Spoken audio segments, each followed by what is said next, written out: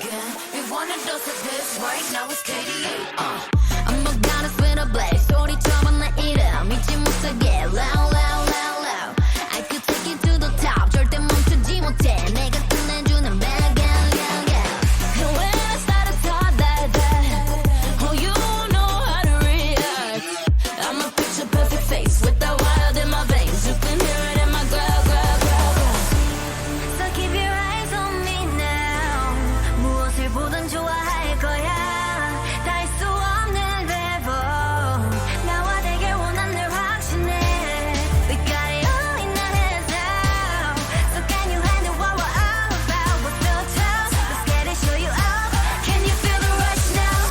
Ain't nobody bringing us down, down, down, down, down, down. They could try, but we gonna wear the crown. You could go another round, round, round, round, round, round, round. Wish you luck, but you're not bringing us down. Go hard, till we get it, we go hard. We so in it, we pop stars. Only winning, winning now. Ain't nobody bringing us down, down, down, down. You ready for this? Let's go. See, 언제든지 내 모습 매직 단 한 번에 내가 잡아 절대 기죽지 않지. 펴펴 네가 뭘 알아. 견딜 수 없어 원해도 원하는 게 얼굴에 보여. I'm trouble and you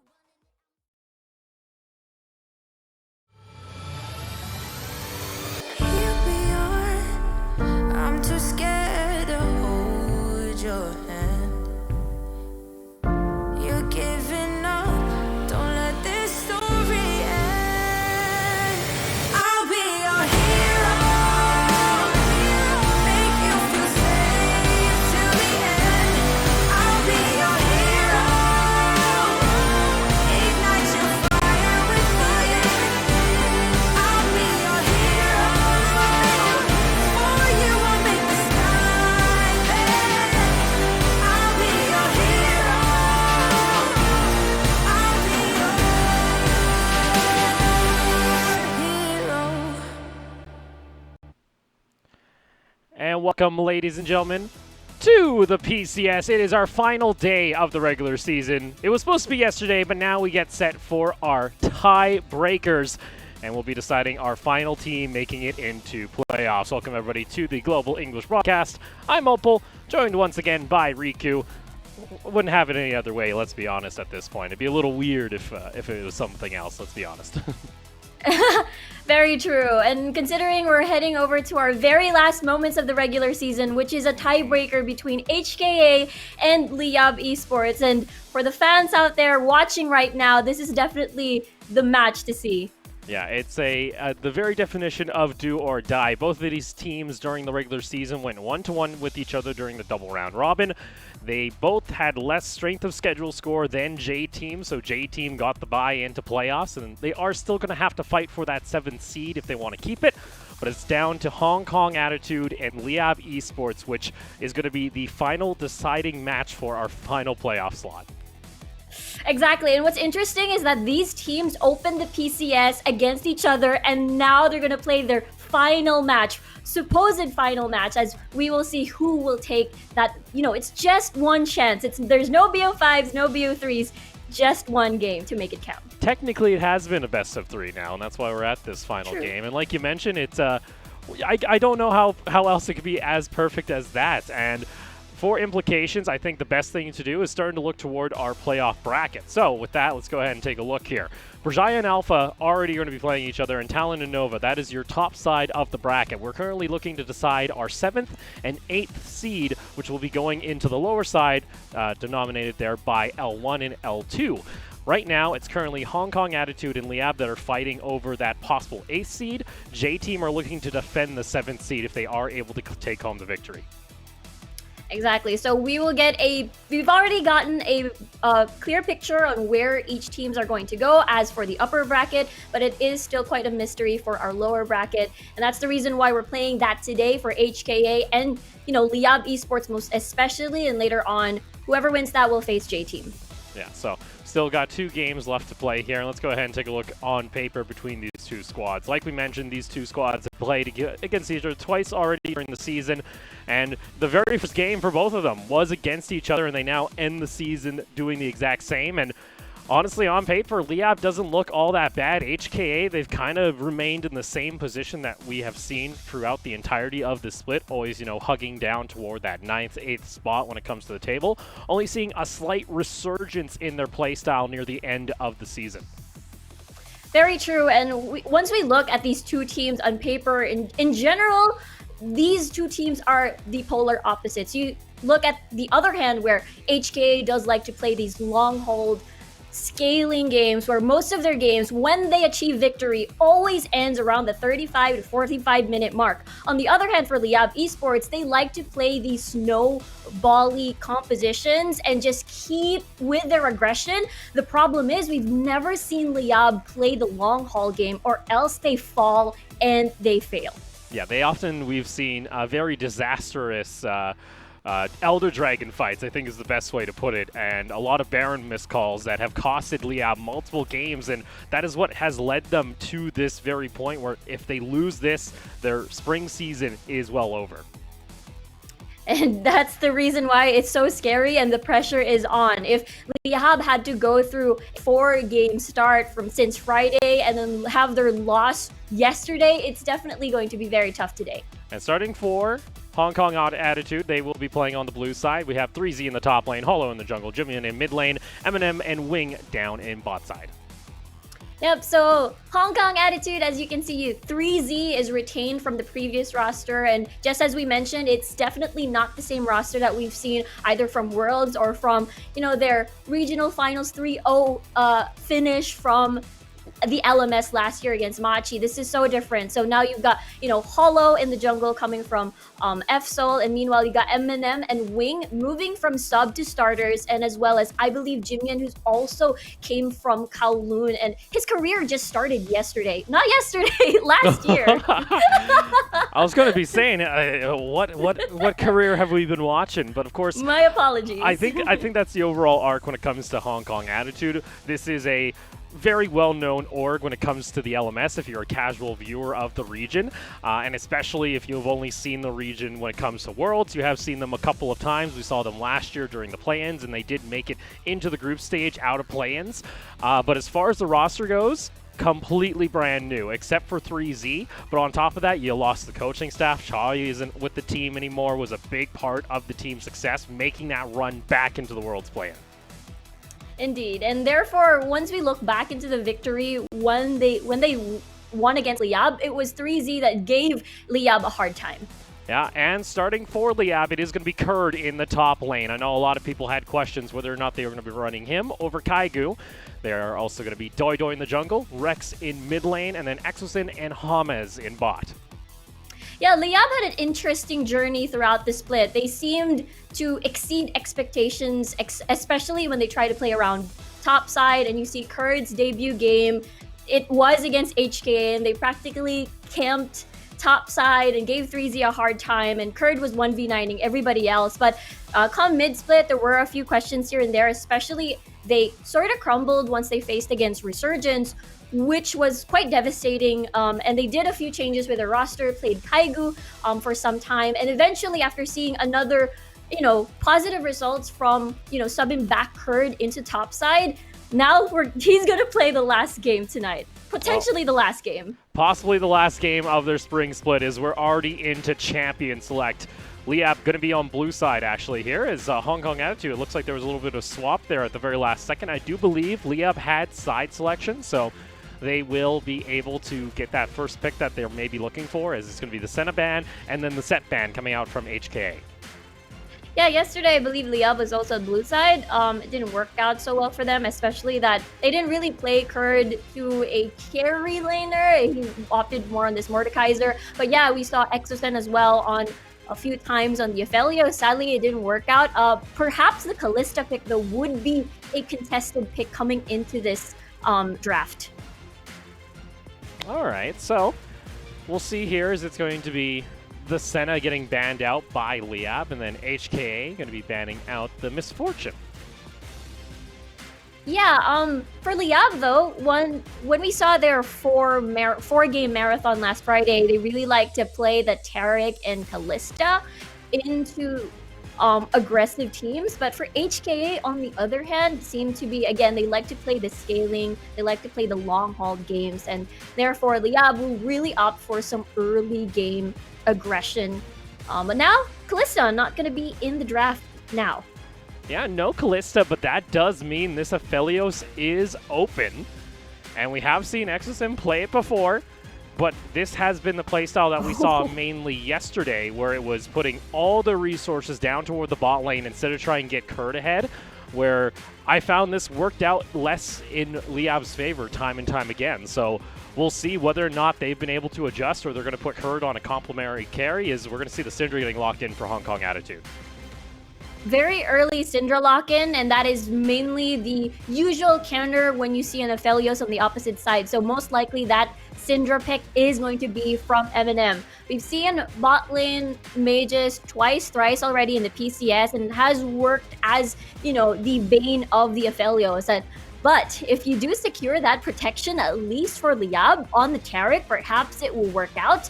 But now Liab's still trying to choose, trying to select. We'll see whether or not this Aatrox will be locked in.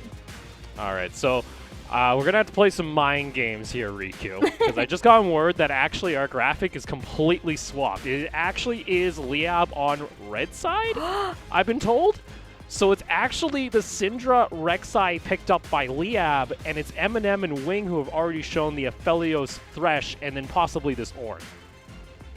This is interesting because it just means that Liab is quite confident in just unleashing the Aphelios, and therefore we were talking about what to put to Kurd, and you know how Exosen, putting all the eggs on your basket, on Exosen rather, would be is not as successful in allowing Kurd to take off in the top side of the map. So their red side, they can definitely play that game.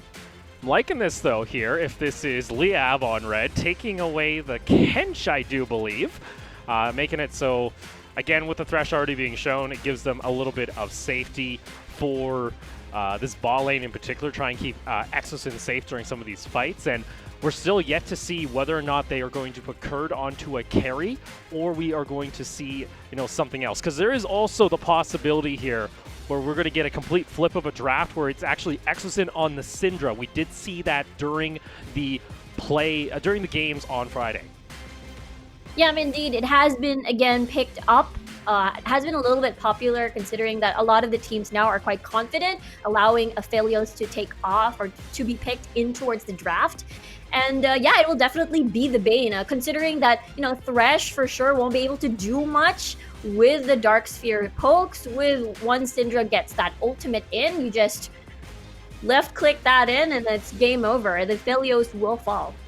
Yeah, and it looks like we'll see the rest of the draft here quite shortly, as I do believe our production team over at the studio was actually able to figure out that issue. So we'll see now what exactly the draft is. But all right, this is, again, I feel like that is gutsy coming out from the side of Liab. I guess Wing and Eminem, though, you know, they haven't been necessarily the ones to pop off for HKA. It's usually been off Jimyin, who's able to get ahead. Maybe, you know, Liab are comfortable putting the Aphelios over to HK. Maybe they got something in their back pocket like that Syndra pick that's just looking to burst him down once we hit the level 6. Very true. And we still don't know what the plan is for HKA because, again, this air quote BO3 ended with a 1-1. So with HKA winning the second one, they opted for a Renekton pick at top side, and Holo just focused on the Renekton to allow him to snowball, and therefore Liab couldn't do much. So with that, either HKA will decide to play and match Kurd, or do their usual where they would play the 5v5 and scale for later. Yeah, we'll have to see here. We'll get to know a little bit more of our champ select, but I think the other thing that was really interesting for me here is the fact that we're going to see Doi on a Rek'Sai pick. We have barely seen him during the regular season actually pick up this champion. He'll often go with the Lee Sin if it's left open, or even the Jarvan, sometimes the Olaf, but we have rarely ever seen the Rek'Sai come out of Liab.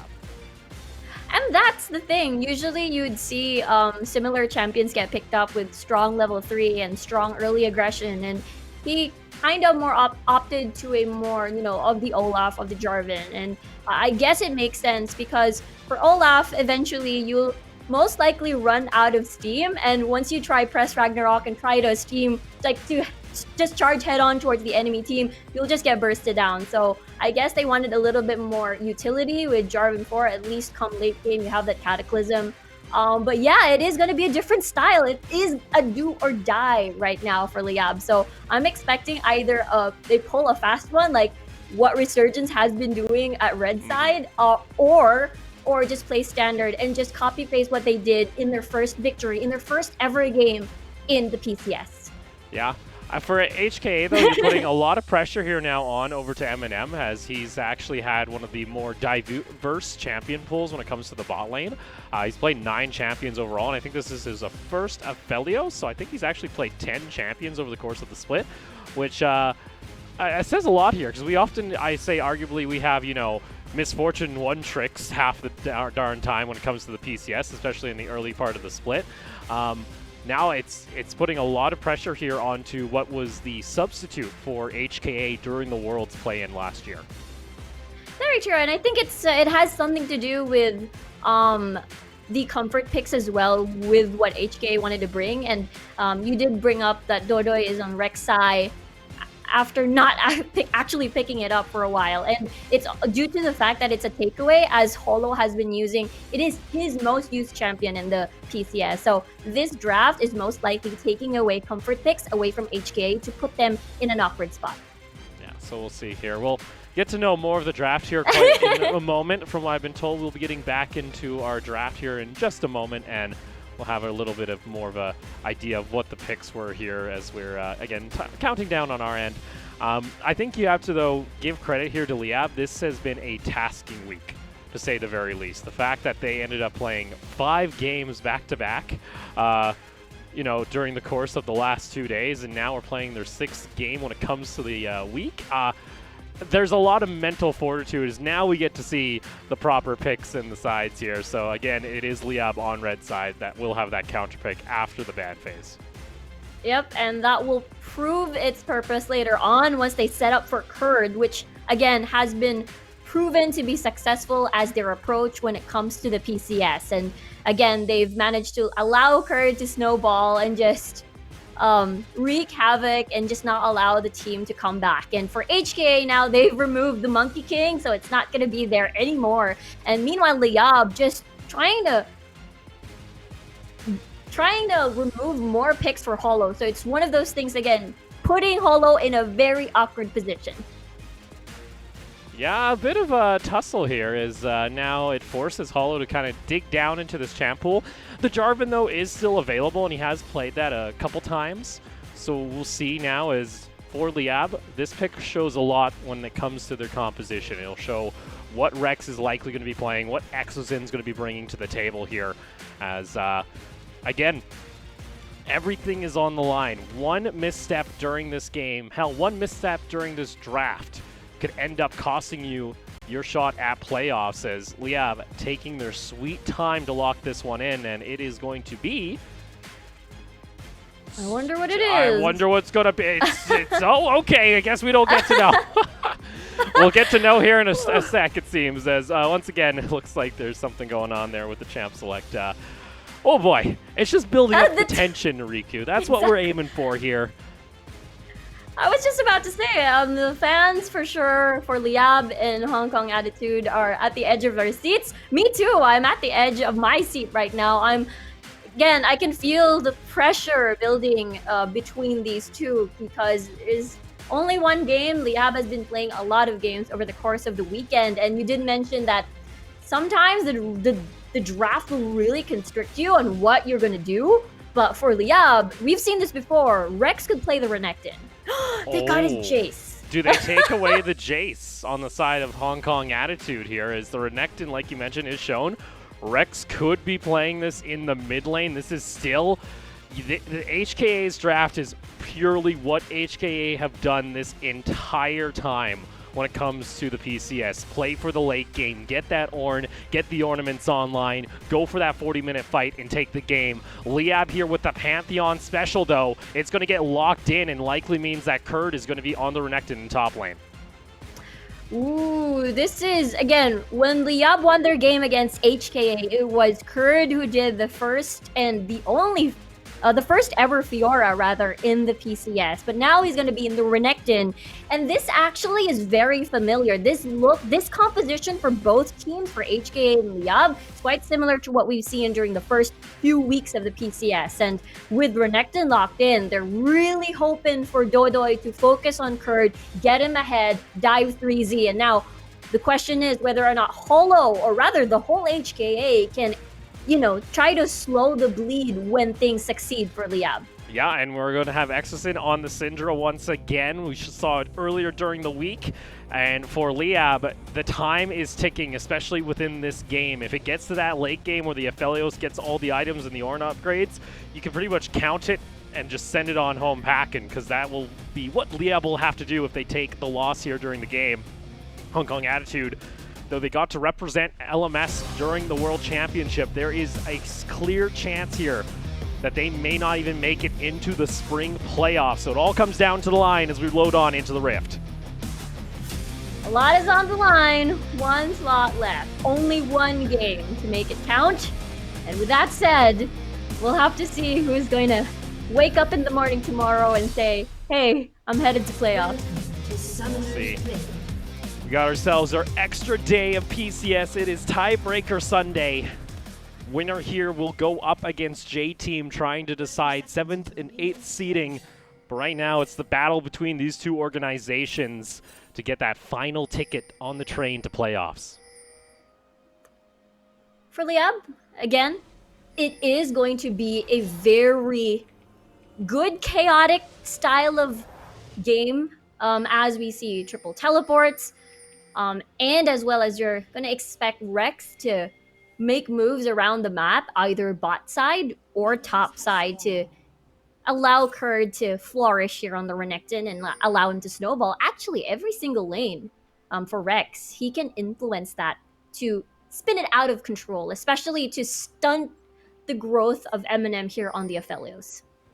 I'll see an early coverage of wards. Not going to be too much here, as it's going to be Doy starting onto his blue side alongside the help of his bot lane. It's going to be a leashless start actually coming out from Holo, so this does not give Liab a whole lot of information, as Eminem and Wing are already going to show themselves in lane. So the Jarvan is going to be hidden, maybe wants to try and make a play toward the top lane. Could also maybe go for Rex. Rex has often shown himself to be a bit aggressive when he plays the Pantheon. So we'll see whether or not he overextends in his matchup against the Zoe on Jimyeon. Very true. I mean, we saw Liab put a ward over that Pixel Rush on the Dragon side of the river. But now HKA will go through buff to buff, so he will not pass through any of that area. And Liab will not have any idea whatsoever, but with that pathing for both of the junglers, they will definitely match each other. So Holo can opt for a counter gank just in case Dodoy, again, once he reaches level 3, probably visit 3Z for that, pop on the flash for 3Z or possibly a first blood. Yeah, meanwhile, this bot lane of Liab going to be pushed into the tower here early. Now Exon finally has himself his second ability, can actually clear that a little bit better, but here we go. Doy trying to make a pathway here, as unfortunately he'll go over a ward once he gets spotted as he uses the sweeper. He'll be spotted, and that does allow Holo now the information, as he's already pathing toward the bot side of the map to clear out his jungle. Yep, and Dodoy very patient. We've seen this type of play before from several junglers. War doesn't scare them. He'll clear that out and be patient. But because of the wave in favor of quite pushed here. Kurd just going to jump forward, gets the stun. Doy needs to go for the flash if he wants to do it, and there we go. It's going to force the flash. 3Z underneath the tower. Doy is able to soak up the tower. That's going to be first blood going over to Kurd, but it will be a trade 1-for-1 as 3Z gets the kill off the tower. Remember that time where Liab almost won their match against Machi, except that they kept diving in, but they kept trading kills as well for the enemy team. And these types of dives could be a little bit risky if they keep going for it. You do want to get Kurd ahead. Kurd did get first blood over at this engage, but at the same time, it's still an Ornn, so it's totally fine. But then again, if they keep doing it possibly in other lanes such as Eminem and Wing, it might be a little bit scary. could be a little bit scary here, but once we see once again, it's Doidoi up on this top side of the map. He is going to back off to the base, though, so not going to go for a repeated dive. It gets a little scary, especially on Ornn. It gets a bit difficult to dive him consistently after you get past that first 3 levels. So Kurd only going to have that 1 kill likely. Maybe he can find himself a solo kill later on. Rex was maybe looking to path, but he's going to head on back to the base. Also has teleport. That's the one thing here for Liab is the fact they are running a triple teleport composition. So they will oftentimes have teleport advantage. Can always put someone into a side lane. Absolutely, and as well as dragon takes for sure, or possibly even Kurd. I'm a little bit worried for you. Possibly even jungle fights where Liab likes to place deep wards in the jungle. Kurd getting aggressive here. Holo's going to come on over. He is not spotted out by a ward. Doi looking for a counter gank. That's going to be the flash on forward as well as the teleport being expunged. And now Kurd able to survive, and Holo does take him down, but it's going to be a 2-for-1 as Liab are able to find it in the mid lane into the bot lane, to the top side of the map. And we did mention that because of these early teleport, you will see Liab always having that numbers advantage when it comes to these ganks for Dodoi that they want to start. And at that point, HKA should be worried because it will all boil down to where the kills is gonna go. But as we can see here, Kurd is quite low already just to activate that bait. And with that said, there is a teleport there. There's a minion right there nearby for that teleport. Easy access, but unfortunately, they managed to trade once again for another kill. So in the end, it's going to be the extra kill going over to Liab, and it is now a 1,000 gold lead. As Rex having to burn his teleport, did not have his ultimate available, but now Pantheon ultimate online. Can maybe start looking to see if Rex is going to path aggressively into one of these side lanes to try and get the ball rolling, especially once you get level 6 on, say, that Syndra. James, though, going to get caught out here, puts down the ward. He's going to be too afraid. He's still heading into 4 people. Got to be a bit careful, as Doi is going to be nearby for the support. And goes ahead and clears out the scuttle and maybe even starting up the Infernal Drake. It's all about that mind games. Liab didn't have anyone nearby, and HK didn't have vision on the jungle. I mean, you do have those 2 wards at least, but they didn't have any other information. So with James moving forward, it's sort of like a body language that someone's near me, then that's the reason why I'm brave. So with that, first dragon of the game also going to Liab. Going to get a little bit extra damage in their back pockets, just a little bit off that Infernal. And still, Rex now starting to get a little bit of deeper vision into the jungle of Holo. Maybe see if they can try and catch him out with an aggressive play, as 3Z still not afraid to step up to the table, as Kurd's still waiting on his first item. And 3Z may actually... I was thinking about getting rid of that control ward. Still, though, Kurd going to get aggressive. Kurd gets that Conquer. Unstoppable comes out from 3Z. Still the 1-for-1. Call of the Forge God, though, is going to be there. Kurd pops his ultimate, has to use it to get out of trouble. And Kurd may be bidding off a little bit more than he could chew as he gets knocked up, but he will be able to survive as he walks back to the tower.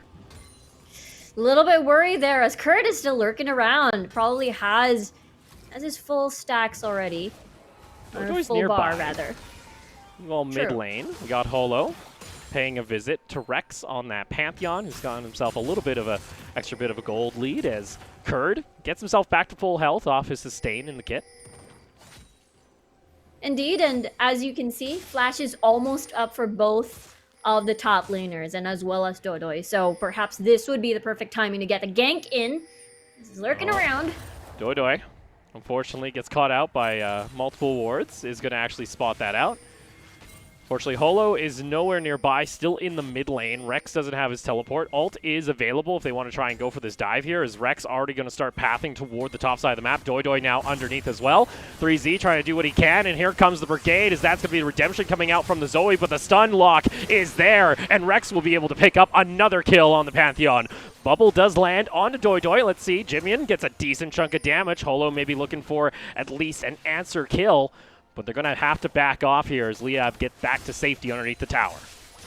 Nicely done by Liab Esports here. And again, they've been timing all of these flash cooldowns as well as the waves, and managing to spot and match holo in the jungle and make sure that he's not there for the counter jungle, and that's really good. And considering HK8 has been having that deep ward over there for so long in near the wolf camp, that's actually pretty good information from HKA. But again, Dodoy, who has been lurking more on top side.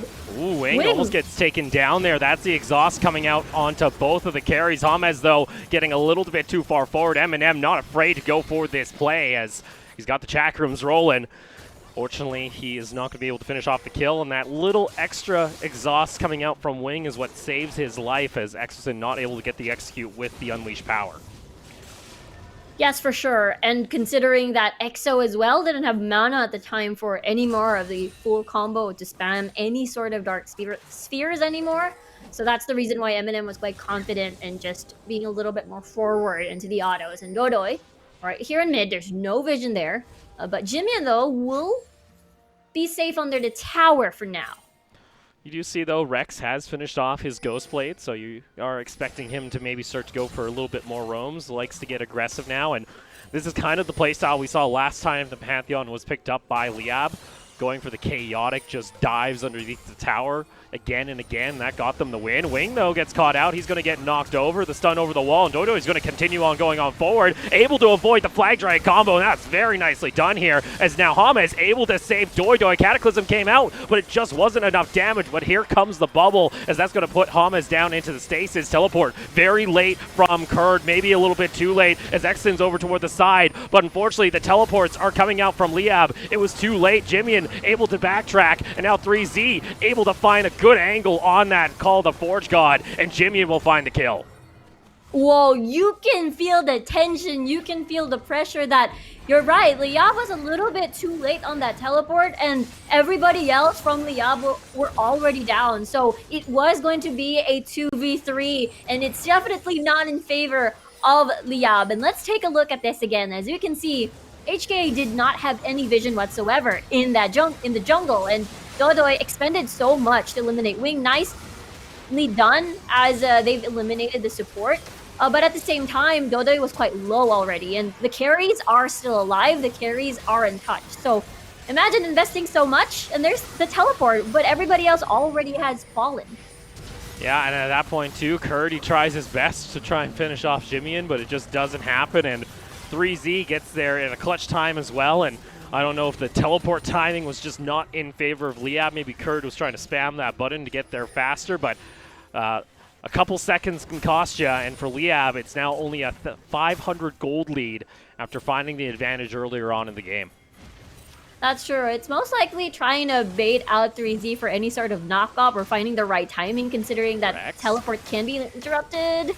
Rex maybe looking for a play here, as that's going to be Wing bringing him back. James ended up just taking him down. The hook is going to land. Meanwhile, Dragon was secured, but guess what? Unfortunately, Eminem gets himself another kill. Finally, he gets his first actually on the Aphelios, as we have Mountain Train popping up here for our tiebreaker match, and HKA starting to find themselves a little bit in advantage.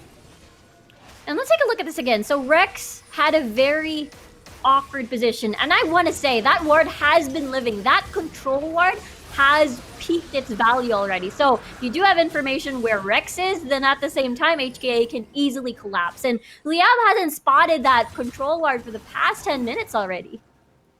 And it's scary here if you're on the side of Liab, as now Kurd is going to get caught out if he's not careful. Ends up popping his Dominus, trying to at least get the kill off 3Z. Jimian, though, is going to come on by. And we're starting to see some old habits, and it seems they die hard, as unfortunately Kurd gets taken down in the top lane. And Liab, their whole game plan was to get ahead early. Unfortunately, now they're starting to fall behind, only at 13 minutes. Exactly. We've never seen Liab come back from a game where they lost early. It's always about getting that snowball in. And you mentioned how there's still a couple of habits that still exist, in which that vision is going to be the bane of Liab. And with that, HKA can take in that as an advantage for sure, with Liab wanting to get this kill. Yeah, so they were looking for it, but unfortunately Scatter the Weak does not connect. Exosin still not afraid to press forward. Unfortunately now, though, Eminem has gotten himself his first kill of the game. He'll soon have his first item complete. Let's take another look toward that top lane, as It looked like Doi was also trying to finish off a kill here. Unfortunately, there we go. Rex came on over, so we didn't get to see that on our side, and they got themselves another kill. Nicely done. At least it's one of those things where they got a consolation prize, at least from that painful loss. As we can see, Kurd is not exactly the score where you want to see the Renekton, especially if you will be eventually banking on Kurd after a while. But you still have Exocen on the Syndra at least to just burst down Eminem. So at this point, you see earlier on, not a lot of defensive items yet, as everyone will be building damage. So that is something, at least. Eminem, no cleanse, no QSS yet. So for Liab, that's good news. I've seen this one before. Exocen way out of position, gets saved there by Hamas, is going to spit him on back. Unfortunately, though, Cataclysm is going to lock him down, and there's the shutdown going on over the J4. And unfortunately for Liab, it's starting to look like the squad is panicking, not calming themselves down as they lose another member. And we've seen this before where they're not ready for fights because of awkward pathings and where HKA or the enemy squad can just get you a quick jump on and quick engage. And again, for Exocen, it's not exactly the best time to be there as he's practically cornered and Eminem is actually nearby, so they do have the numbers advantage for HKA. And like that, it's going to be just an easy pickup as Hollow takes him down with the Cataclysm. They also get the extra bit of flash coming out there from Hamed, so he doesn't have some safety. And now it's a 1,500 gold lead in favor of Hong Kong Attitude as they also got themselves the first brick tower in mid lane. Indeed, and the scary part is Liab isn't playing the usual, the usual where they get to have the 2-0 Kurd and then get the Rift Herald and then play from there, get more gold into their pockets. And HKA is doing a really, really good job in disrupting the game plan for Liab to be successful. And right now, they have control of this Rift Herald. They've already opened up mid lane, and for sure, they want to open up bot side most especially, so Eminem doesn't get the usual threats of being one-shotted, one-bursted, one-comboed by Exocen on the Syndra. There you go, second Rift Herald completed there by Hong Kong Attitude, so we'll have that to knock down some towers. And for Liab, unfortunately, the signs on the wall are not sticking to a good future for them. There's now Kurd, just going to clear out the wave as he can. Unfortunately, this Renekton is currently sitting, like you mentioned, at a scoreline you never want to see at 1-4. Still has himself the CS advantage, but 3Z's already just, he's an Orin. He doesn't care if he's behind by maybe 500 to 1,000 gold. He's still just going to be that tank when it comes to the late game. And this is the environment that Hong Kong Attitude have played in time and time again when it comes to the PCS, just waiting for that late game carry on Eminem. Indeed, and considering how you have an Ornn, eventually these items will overwhelm Liab with all the upgrades in the world coming from this Ornn pick on 3Z. And now they also have Dragon control for Liab, though. Since they don't have priority at the moment, they will be easily dove upon if HK decides to pull the trigger. There we go. It's going to be Dragon started up by Hong Kong Attitude.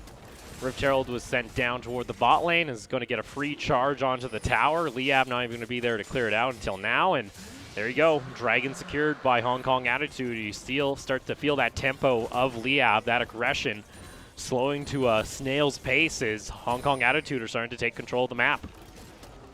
And this is quite a interesting turn of events because I keep repeating myself, but it is very crucial. We've never seen Liab come back from a early game loss before, and it's usually the trend of sort of crumbling into pieces as the game would progress, as the game would go further. And for HKA, just as you mentioned, this is their element. They like most of their victories end at the 35 to 45 minute mark. And with that said, HKA is just getting stronger as the game progresses.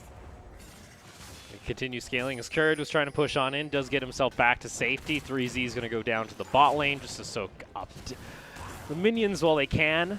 See some items now starting to come online for Liab, and it comes now down to, can you pick off Jimmy and can you pick off Eminem before any of these fights start rolling? That is a option for Liab when it comes to maybe trying to find the victory here. But like we mentioned, 3Z is only one level away from getting his first upgrade, and that's when things will likely start to get out of control, as Eminem's already finished off his Infinity Edge.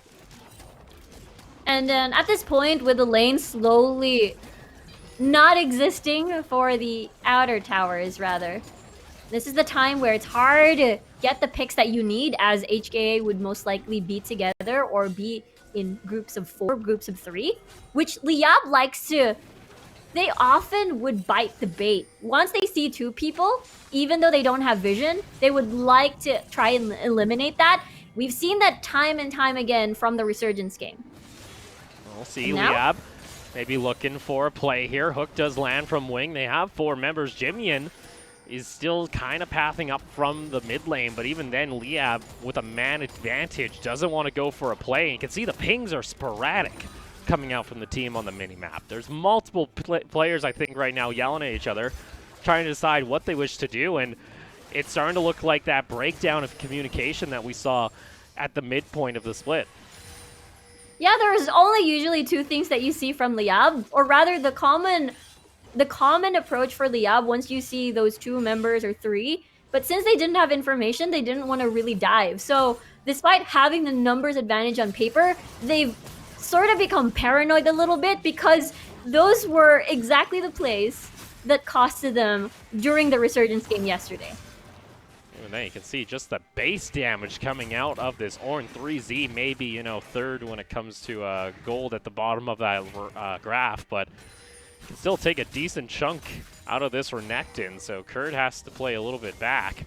Has himself his Black Cleaver completed. Rex is still in the side lane, and unfortunately, we need to see this Pantheon, I think, go for more dives. He did make 2 happen, at least, with that ultimate, but other than that, we haven't seen him elsewhere on the map, and I think that goes in line with the fact that we just haven't seen any more aggression come out of Liab ever since the 15-minute mark. Very true, and it is contributed to the fact that, you know, the laning phase is practically over already, so you don't know where to attack, where to put this Pantheon, because everyone is just moving everywhere. So Liab, with their composition right now, they will opt to fight towards either deep into the jungle if they have information and get that numbers advantage. But I did say, HKA at this point, they're always going to be always together. So the picks will not be possible, almost not possible for Liab. There we go, Eminem just clearing out the wave. Already has his Zeal. He's almost sitting on about 65% crit chance at the moment, by the way. He's actually doubled down onto the crit chance, picking up another cloak after the seal, which is a little disgusting, especially if these fights get rolling. You see Rex is at least trying to get a split push happening in the side lane here on this Pantheon, trying to do what he can. 3Z looking to path on over, has his double upgrades complete as well, Abyssal Mask and Sunfire Cape, so that's why he's sitting on, you know, 3,500 health at 22 minutes. Unfortunately, this poor Pantheon can't do a whole lot now when it comes to this side lane, and though 3Z can't necessarily trade everything back, he will be able to always hold this pressure that's coming out of Liab. Very true. And with that, it would be quite a waste if Liab would invest a lot of resources just to pick off 3Z in the side lanes. And now, good news is, at least there's still a timer for HKA. You know, they're still trying to reach either their 2-item power spikes or 3. And for Liab, their composition is really built to eliminate the carry in the opposite side of the team, which is heavy dive. So they need to pull the trigger now. They need to start the fight now. Oh, can't be starting it, though, if Kurd gets chunked out below half health on this Renekton. And with no pressure coming out from Liab, that's going to be the second dragon going in favor of Hong Kong Attitude. Starting to stack up these Mountain Drakes. You can see, like you mentioned, for Liab, maybe it would have been the time there. It's League of Black Cleaver on their side of the map, having 3 in their inventory. But it just seems right now the confidence has just diminished over the course of the last 10 minutes here in their tiebreaker match, deciding whether or not they continue playing toward the playoffs, or they just get to sit home and wait for summer. And that would definitely be very heartbreaking for not only the Liab fans, especially that they opened the match with such an explosive entrance. You know, they managed to defeat HKA. That was the time where a lot of the people watching the PCS were more on, okay, former LMS squad is greater than former LST squads. That was the the approach on paper. But Liab defeating HKA on their very first game, it was such an amazing opening. So right now, it's such a different scenario at the moment. Yeah, for Doidoi, he's just going to go ahead and clear out his red side. Lots of wards coming out, at least from Liab, and it's made it so they haven't been caught out by anyone here. There's that or Cast or Curse about to come out here as Wing and Holo and Jimnian looking to hunt Doidoi in the jungle. He's got his Raptors, but unfortunately has to back off here as Exton, getting a little bit too close to the party. He's going to get trapped on down by the Cataclysm called the Forge God. Also going to be popped here, able to find the knock-up onto Doidoi. In comes, though, Rex on the back line, trying to make it happen, but the rest of the team is already disengaged, and poor Rex is left alone to die as HKA starts sieging now onto the second-tier tower. It was a 4v5. HKA are just so aggressive. They're very confident entering these fights against Liab, considering that it's usually Liab pulling the trigger. And this is such a topsy-turvy situation at the moment. Kurd cannot do anything at the moment. Kurd, unfortunately, he isn't that monster he was looking for in the mid-game. And Exocin gets caught out by the hook! And Eminem is able to find the kill. They do trade a kill back, though, onto Jimmy, and Kurd maybe wants to try and look for this play, but Eminem is still alive. You gotta take down the Aphelios. This Zoe is not the problem here, Liab. Another hook gonna come out from Wing. They take down Kurd, and unfortunately, it is looking dire here for Liab as they are feeding kills into this Aphelios, who now sits 3-0-6.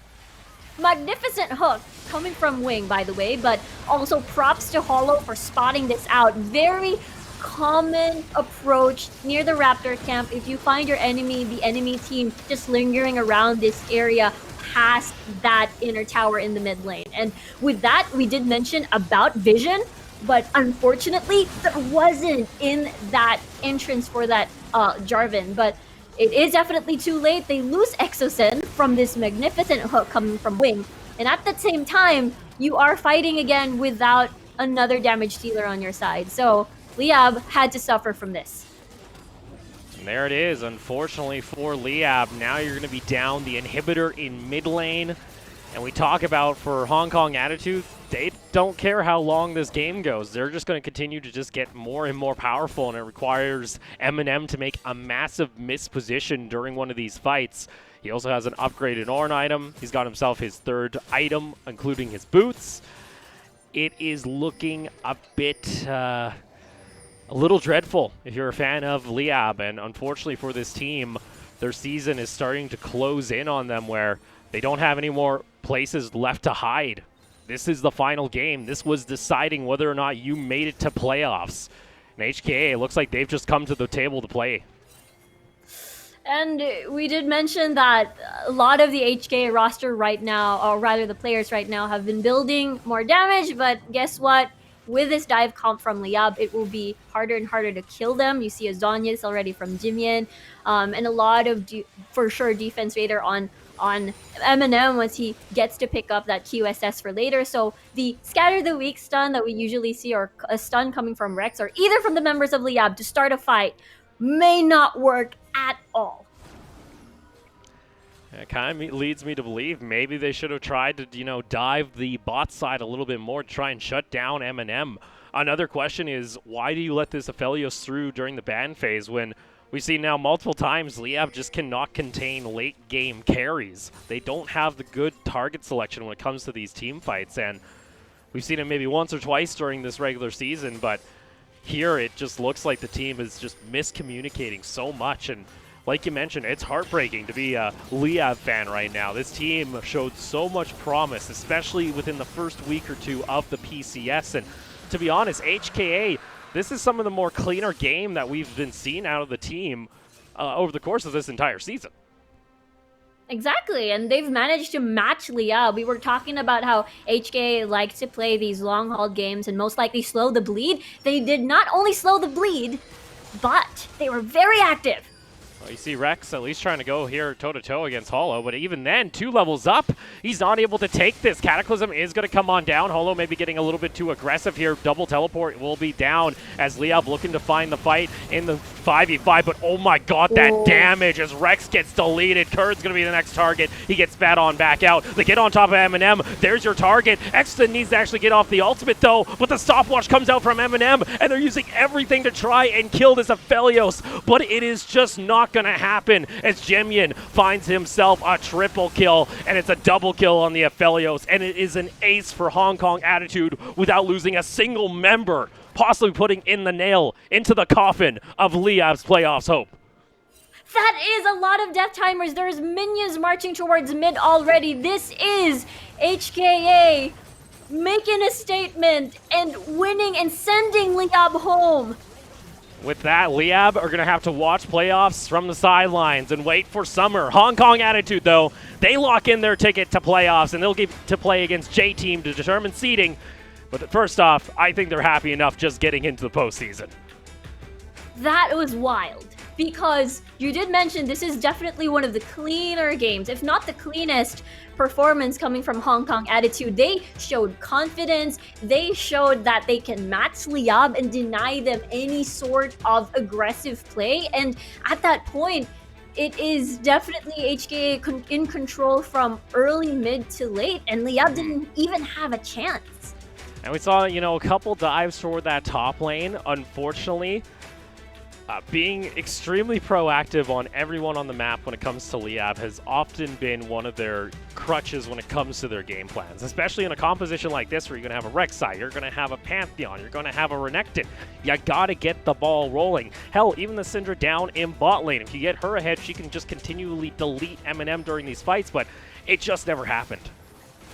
Very true, and I just gotta say, it seems that Liab's Bane seems to be the Thresh, because we've seen that countless of times, sort of ruining their game in terms of First Blood for Exosen and as well as James, and we've seen that before against, Machi, AHQ, and I just gotta hand it to Wing though. Those were key hooks that he started for HKA.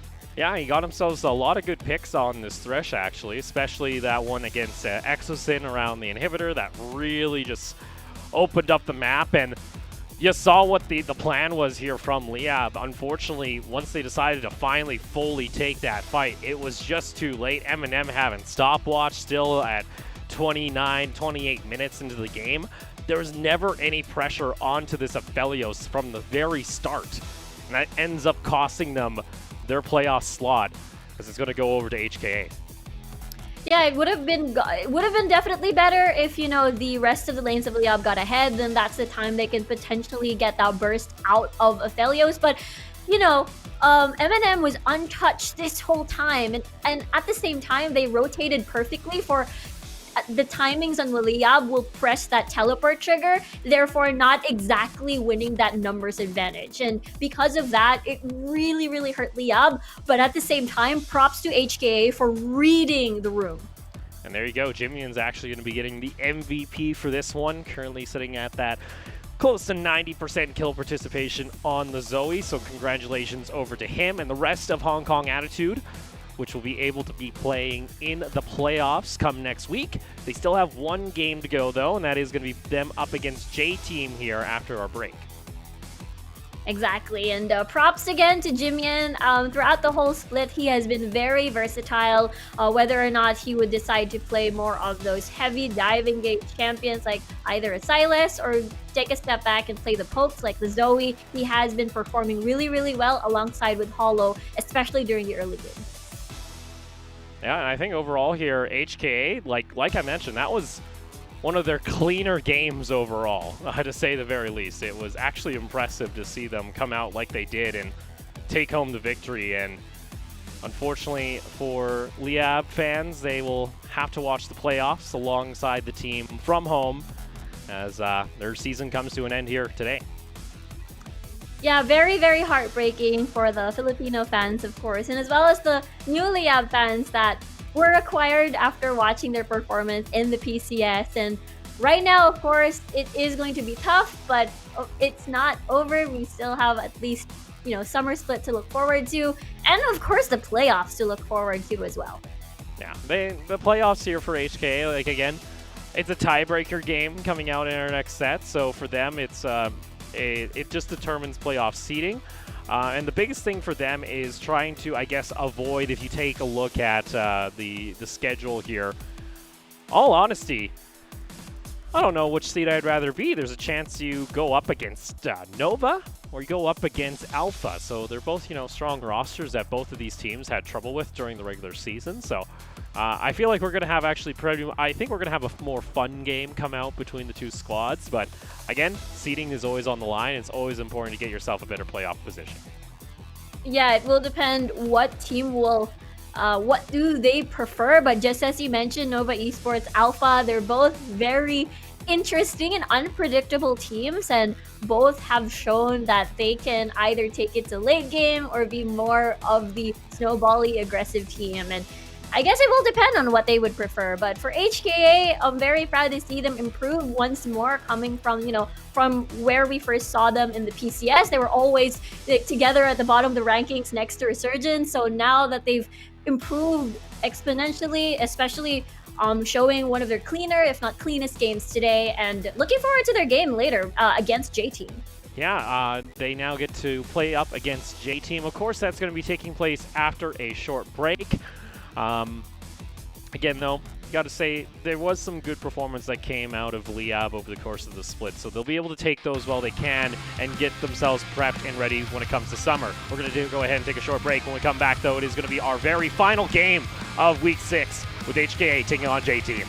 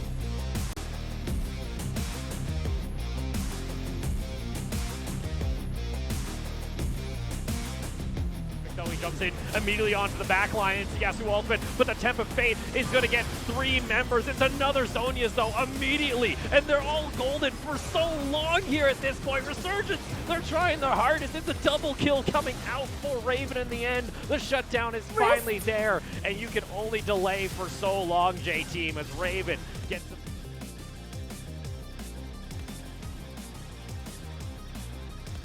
And Assassin wanted to go in for the flank, but meanwhile they were able to get the kill on Kino. He went in a little bit too far forward. Assassin now, the next new target. The stacks are going to land. He gets stunned up, and unfortunately, they do at least get 1 kill. Supreme Display Talent, though. Assassin able to pick up 1, looking for a 3rd one on the triple kill underneath the tower. He gives it on.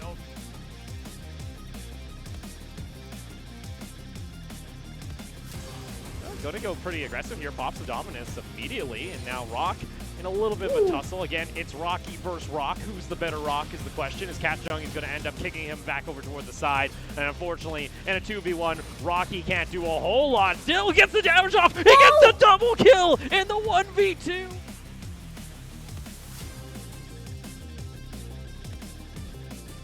Collapse is there. G4 wants to jump on it. G4? What are you trying to do there, bud? Starting to look a little bit scary. The flash play coming out into the hook, and Mixcross is going to get taken on down. Jimian now on the hunt, looking to add on. The Ignite being used already. Rocky trying to kite back, but here comes the Sejuani over toward the side. It's going to be another flash jumping over toward the side. It's a shutdown for Jimian, and he's going to look for a double kill underneath the tower. Ryan, though, able to survive.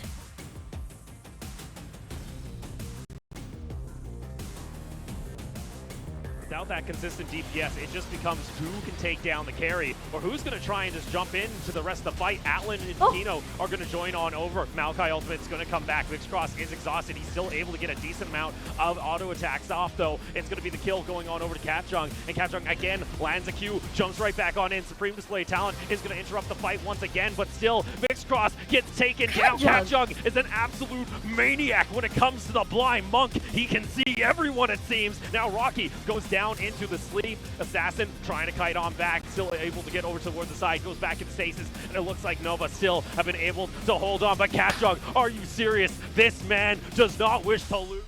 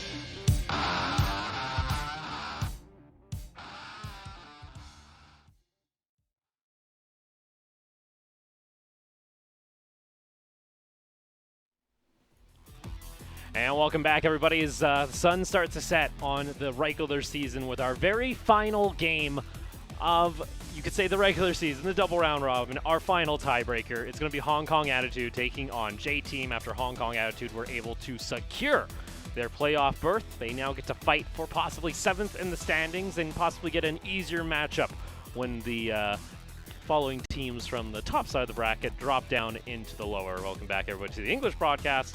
I'm Opal, joined alongside my still picture of Riku. It's always great. It's always lovely. Riku, now, HKA played a lot more confidently in the previous match that we just saw against Liab here. And J-Team, on the other hand, we're actually getting a little bit of a switch up here and there as we do get to see, I believe, Nesty back onto his main role of support. And it has been a lot of switcheroos. Normally, during the half of the PCS's regular season, we've seen a couple of roster changes here and there, but at the end of their last 2 games, we saw how Nesty was subbed out. You saw Kiorb yesterday, and now we see Nesty back in his old role, and now Kiorb as well on mid once again. So they're testing these couple of switch ups coming into the playoffs, which is very interesting. Yeah, you might as well. Again, this is both teams locked into the playoffs. I do believe if you, I believe either way, the seeding, the difficulty of the team that you're going to get dropping from the top side of the bracket, it does vary a little bit depending on, of course, the results of those games up in the top side of the bracket, which, again, being best of 3s, anything can and, of course, will happen. But taking a look here, like, comparatively, when you take a look at the stats, J-Team have been at least consistent when it comes to, I guess, this second half of the round robin. They've been able to find themselves some upsets. It was the beginning of the first half of the round robin where they actually kind of did shine a little bit. They were going even as far as their weekends were going, and then they had like a sudden drop off. I think it was 3 games back to back, maybe 4 games back to back that they lost in a row on week 3 and 4. That's true, considering that they've managed to win against Talon, who's currently at 3rd place at the moment in the standing. So that is a very solid statement that they can take the top teams on, as long as they've managed to get their necessary arrangement towards the game. Yeah, let's go ahead and take a look. It is actually going to be J-Team popping up on our screen. So they got Restana, Kiorb, Lil V, and Nesty, but I do believe it is going to be Hong Kong Attitude that we will be seeing first whenever it comes to it. There we go. Hong Kong Attitude, 3Z Hollow, Jimyan, Eminem, and Wing. They will be, again, starting pretty much the exact same roster that we just saw. Yep, no switch-ups here and there. Again, we did mention that the game that they played earlier was very clean, and Jimyan getting that MVP title with their match against Liab, that was just amazing. He had a triple kill on the Zoe, and literally no one could touch him, and as well as Eminem on the Ophelio. So now, coming into this game, J-Team should be careful, as the confidence of HKA has greatly improved, which means their early game is definitely better based from the game that we've seen before. Yeah, because I think, like you mentioned, arguably that was one of the more cleaner games we've ever seen from HKA. They actually finished out the game before 35 minutes, considering they also had a late game composition that, honestly, we've seen them even stall out games further when they were that far ahead. So to see them confidently put in that nail into Liab's coffin in the previous game, I think is a really good sign, and it shows that they are improving, and now I'm excited to see whether or not they can do the same up against J-Team, which, like you saw earlier, it's Rest in the top lane, Hana in the jungle, Kiorb in mid lane once again, Lil V, and then Nesty going back to the support role. Yeah, basically everyone is intact from the J-Team roster from last year that, defeated FPX once at Worlds at 2019, except for, Nesty and Kiorb, of course, that you see right now in the mid lane and the support. So for the rest of, for the most part during the PCS round robin, it was Nesty in the mid lane who had to adjust from playing all of these aggressive dive mid laners to a more backline mage champion. So at this point, you see him back to his old role, because he has been jumping back and forth between, support jungle, mid, and now he's back to where he started. Yeah, so it gets a little bit of comfort back there, and we saw Kiorb actually yesterday, and he actually had himself a rather okay showing. I was actually really impressed with his performance, so I think for J-Team, it's actually kind of comforting now that they get to play Kiorb a little bit more, to get him a little bit more stage time and get him a bit more comfortable playing with the rest of the squad. Indeed, and of course, can never forget about Lil V at the bottom side of the map, who has been consistent, who has been grabbing all of these, top farm gold generation air quote awards for the round robin, and he's such a scary player when left alone in the bottom side of the map. So perhaps HKA can most likely focus on bot side and shut down Lil V early. We'll see now, as like we mentioned, Lil V still very respected when it comes to his performance in the league by a majority of the players, especially like when we saw some of Talon's pre-season content. They were talking about how Lil V and ST can be absolute monsters when it comes to their bot lane. So I'm excited to see whether or not having now Nesty down alongside him, if Nesty's going to kind of play similar to how Woody does and look for a lot of those roams, or if we're going to see more just that lane presence that comes out from Lil V, and maybe they get ahead naturally just by themselves. Very true. As Lil V has been very flexible when it comes to his picks. I think he's one of the 80 carries as well that played, I think, a total of 9 to 10 different kinds of champions, even opting sometimes to the mage bot laners as well. So just in case that J-Team decides to let Aphelios go open in the draft, then perhaps they're prepared to counter that with really strong early mages.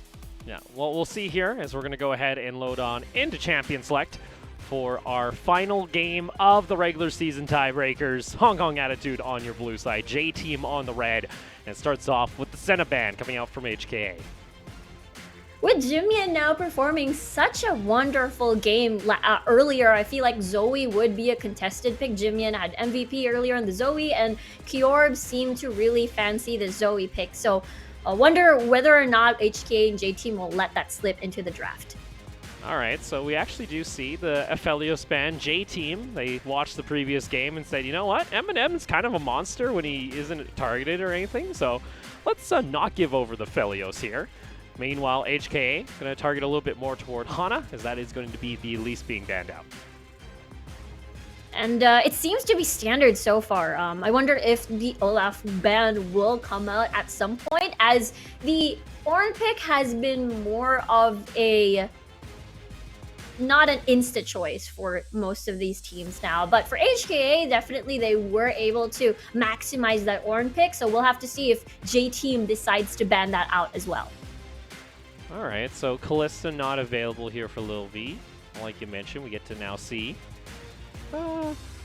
whether or not they wish to ban out, once again, another AD carry, as that's now going to start limiting the pool. Misfortune is still up and available, and that's often been a fallback there for Eminem and for the side of HKA when they go for those late-game compositions, and instead it's going to be the Renekton actually being banned out away from 3Z.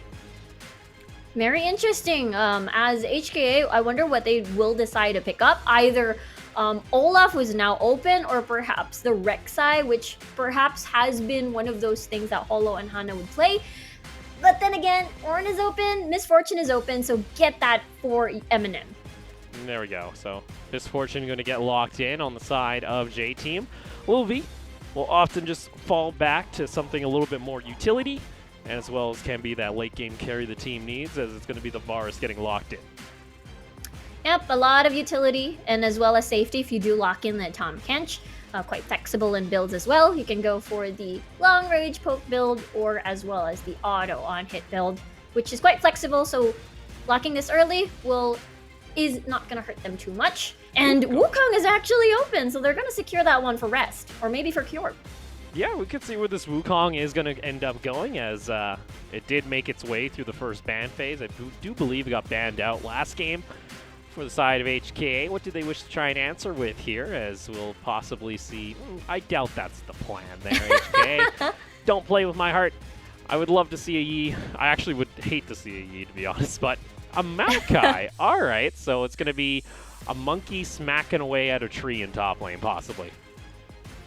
That would be possible, as I'm not sure. I think the Maokai Misfortune combo isn't that common, but it's perfect though if you manage to get that root in and the bullet. It's a perfect setup for the bullet time. So, but with this, Aatrox can still go for Jimian.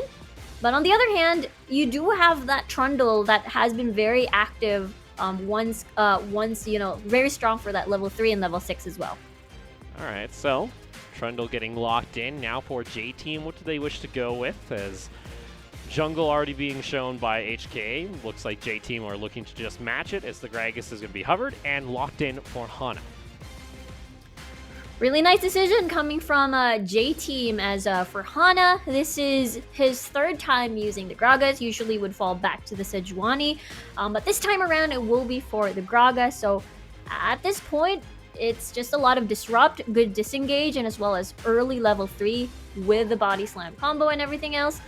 But yeah, this is strong team fight coming from J Team at the moment. Decent team fight on both sides. HK, Yasuo. they still have themselves the Misfortune and Maokai.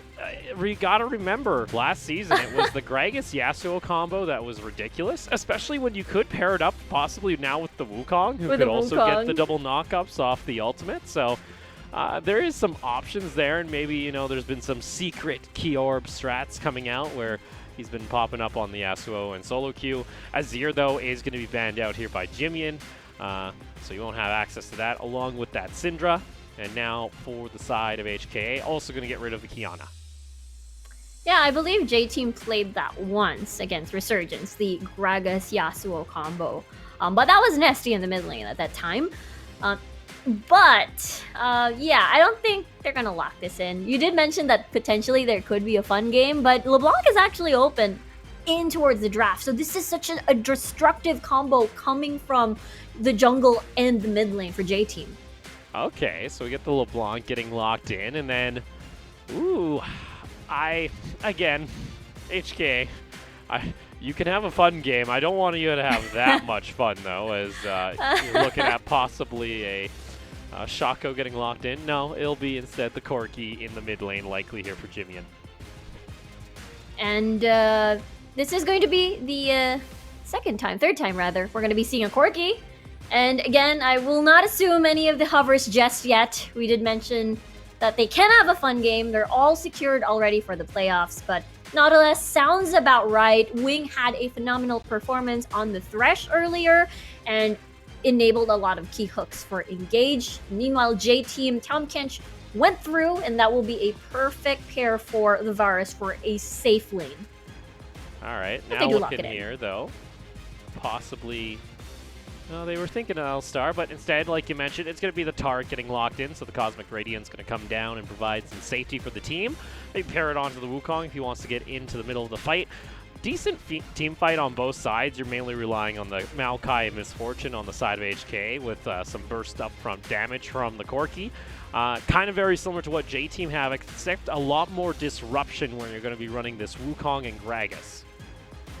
Yeah, and it's a little bit worrisome considering that Misfortune later on to the fights will heavily rely on key bullet times, and with so much disrupt, so much displacement, it is quite easy to cancel that key bullet time when it comes to the fights. There we go. So got ourselves locked in. Hong Kong Attitude and J Team currently fighting for 7th place when it comes to the standings to get a little bit higher seeding into the playoffs, as this is our final tiebreaker for the night. And then we can set our sights toward the postseason and get ourselves nice and set for some good best of 3s and some best of 5s also. That's what I've been waiting for personally. I love the best of 1 format when it comes to the regular season for the double round robin. Makes every game matter, but then we get to see some evolution of team strategies when it comes to the draft, when it comes to players possibly growing over the course of a single series. That's what I like to see in playoffs, and I can't wait for next weekend. Very hard same, very hard same. It's going to be very exciting for sure, as again, you're right. It's about that story into the series and seeing how they evolve when it comes to next weekend. There we go. Loading onto the Rift here, our final game. We'll get to see some monkey action in the top lane from Rest. We see ST back into his support role as they are going to continue to try out Kiorb in the mid lane here on the side of J Team.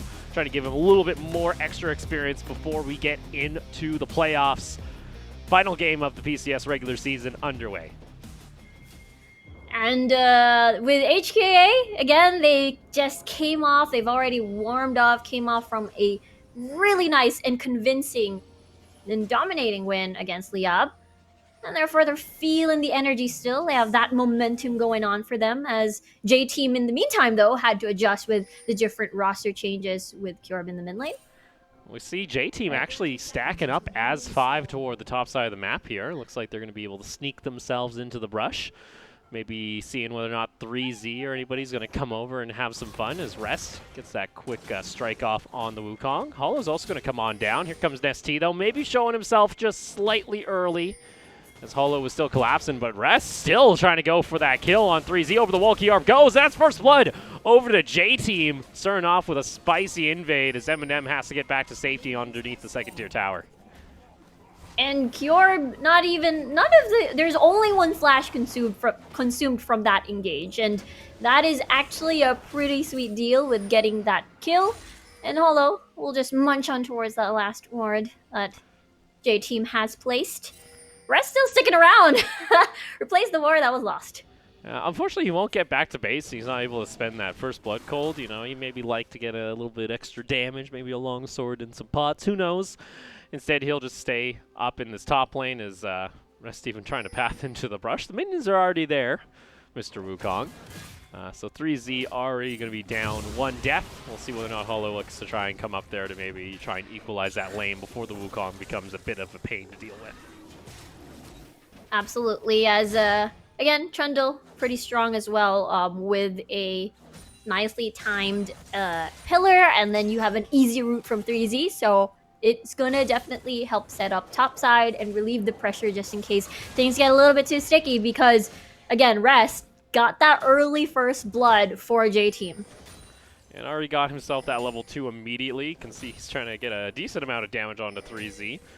3Z naturally, of course, has that extra bit of regen in his passive. If he's able to, of course, get some abilities off. So not end of the world for him, as he'll be just farming underneath the tower.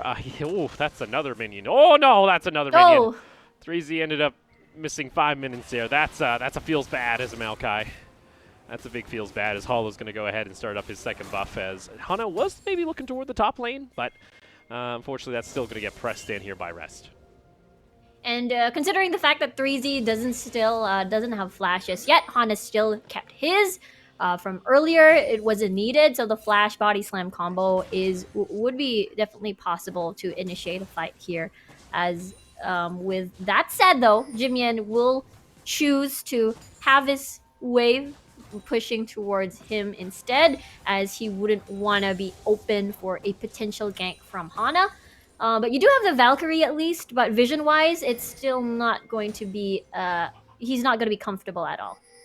And that mid lane matchup of the Corgi against the LeBlanc of Kyorb, as Hana is actually going to get invaded upon.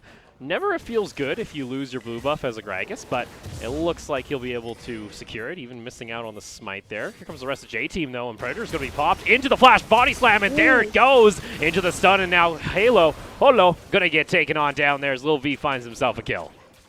Nicely done, and this is what we were talking about. You know, J-Team has a solid lineup, and it's so scary because not only do they have this air of mystery with the addition to Kyorb in the mid lane, but it's also been Lil V that's been so consistent, and if he gets on ahead, that's going to be scary. So Hana did a magnificent flash body slam, and there is literally no escape for, you know, the side of HK if you get caught on that one. And Wing actually used a flash for that.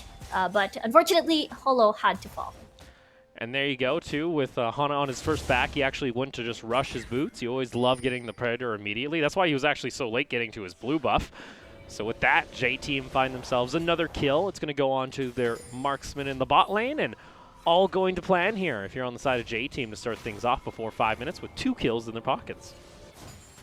In good news, Eminem didn't have to use any of his summoners, so that is good news, definitely. when it comes to either a potential dragon take, considering that HKA are actually the game is slowly going towards that level 6, which will be quite explosive, especially on the side of J Team. So here we go now. Is 3Z at least going to be able to get this push up and toward the top side? Rest ended up going back to base. Didn't actually teleport, so he does have teleport advantage for the next couple of minutes, as 3Z had to use it to get back into lane right away. So he'll continue farming. That does allow the Maokai, though, to get some vision down alongside Holo, who's already gone for the invade, trying to track where Hana is in the jungle. So all is good. He is also actually running Predator on the Trundle. That is new to me. I've not seen a Predator Trundle in quite a long time. J-Team, though, going to go ahead and start up the Mound Drake. Yeah, it will definitely help trying to get that max range pillar to start a fight, considering that especially in mid lane. Yeah, especially in the mid side lane. of Jimyeon. Yeah, especially in mid lane there. You can at least force out the Valkyrie from Jimyeon. As there we go. Dragon is going to get secured here by J-Team. And now possibly looking for a play onto the bot lane, but they are caught out by that ward, so Hana is going to be tracked as he heads back up through the river. Yeah, J-Team getting that first dragon of the game, but yeah, it does work on Predator if you do want to get that advantage laying down that pillar. Considering it will be obvious if 3Z moves a little bit forward to get that root range, then Rest will most likely read the scenario and okay, this Maokai is moving a little bit more aggressive. Holo is probably nearby. So it does help if the Trundle will initiate with that Predator instead. And also helping to reach the back line for sure. Especially with Lil V going to be way behind in enemy lines. Well, speaking of behind enemy lines, look at J-Team. They just put down a bunch of vision into the jungle of HKA. So unfortunately now for Holo, he's going to be easily tracked as he was actually caught out over on his Krugs, and that will allow J-Team to just cycle over and go for the steal of the blue buff. Try and deny that away from Jimyeon, so you won't have that free just rocket rain coming out from the Corki. That does allow the Scuttle, though, to be secured here by HKA. Maybe look for a possible play toward this bot lane, but still waiting on level 6 of the Misfortune and Nautilus. Yeah, and at that point, you're right. It has given a lot of information for the side of J-Team and even stealing a lot of things coming from Holo, the blue buff of Jimyeon, and as well as the rest of the jungle. And with that, he will just find out now that he's not able to trade anything off of the map except for the Scuttle. Yeah, it could maybe... Well, Scuttle isn't going to be spawning here for a little bit. Could at least get some vision down onto the Rift Herald, but yeah, that's a little unfortunate, having to run through your jungle only to find it all taken away. So, J-Team still getting pressure here, but Hong Kong Attitude have themselves set up possibly for this Rift Herald, and Rest, if he's not careful, could be collapsed upon. Hana, though, is nearby, still not on level 6 just yet. He will get it, though, off this camp, so J-Team will have some tools available to them if this fight occurs. It's perfect, too. Close. They saw the support roaming in, coming from HKA, so they did match that back with Nesty as well, especially that Rift Herald is the target for HKA. So right now, Lil V doesn't have teleport, so he will not be able to join this fight in time. But you do have Rest with teleport, and he is nearby on the top lane, but it looks like they just don't want to deal with the possible package that could come out there from Jimyeon, as he has hit level 8 already, so he's had that available on his first back. So you already see them getting a bit aggressive, and especially I believe there was a buff to the Corki package, where he does a little bit extra upfront damage, as that's actually going to be the bullet time coming out just to clear the wave here against Lil V pushing in. And Hana still just tracking the jungle here inside of HKA. Beautifully done. Coming from J-Team, again, full control, not only stealing that blue buff, but now on the way of stealing this red buff. And J-Team does have priority, so they can join this and just assert dominance over this jungle of HKA. Yeah, this Trundle now is going to start, unfortunately, he's going to be missing out on a little bit of farm. That does just give Hana more options, as he could also go ahead and take the Raptor camp as well, and it really just slows down this Trundle. He does have level 6, though, so you can see, actually, Hana finally gets caught out. He'll just take the little Raptors at least. A little bit of XP taken away. Yep, And now we're starting to see pieces of equipment from the side of HK and J Team.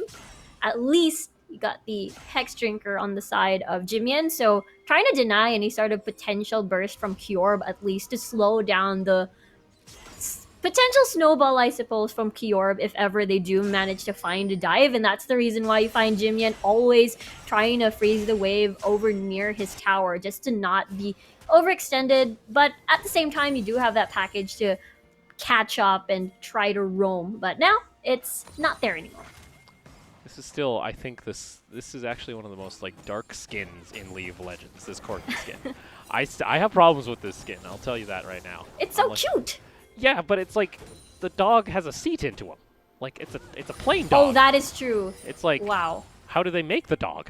And the dog is obviously alive. It like paddles, or is it like a robot dog that Corki made? I can't bet believe that's you put actually that what it image is. in my head. It's maybe it's one of Donger's like super advanced robots. I could believe that. But You Dragon, ruined it. Oh.